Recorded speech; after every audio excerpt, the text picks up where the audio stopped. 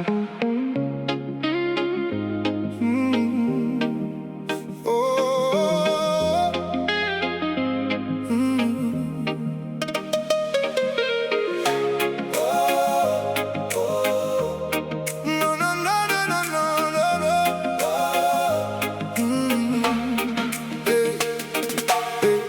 pe stradă, luna bate în asfalt, toți aleargă, nimeni nu mai stă cald. Vântul spune povești din oraș despre oameni pierduți în același pași. Ochii văd lumini, dar sufletul doare, prea mult zgomot în difuzoare. Dar când muzica începe ușor, tot necazul dispare din decor. Și dacă lumea se rupe în două, noi plutim pe aceeași nouă vibrație care nu dispare, ca focul ars sub soare. Suntem ultima scânteie, foc aprins în noapte grea, cântă până dimineață, lasă inima să stea. Simte vibrația, nu opri muzica.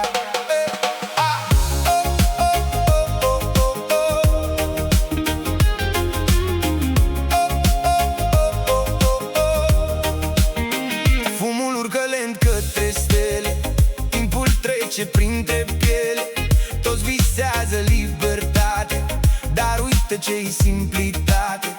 Eu mai cred în ritm și pace, în iubirea care tace, într-o lume fără zi, unde oamenii nu se divid.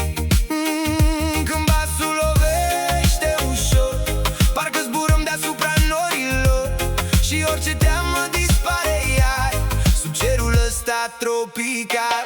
Suntem ultima scânteie, foc aprins în noapte grea, cântă până dimineață, lasă inima să stea. Simte vibrația, nu opri muzica.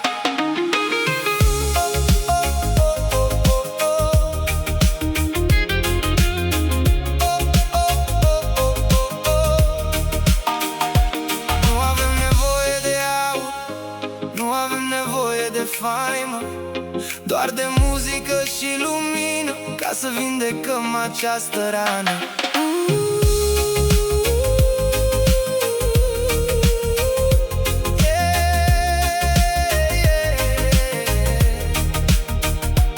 Ultima scânteie, reggae vibration.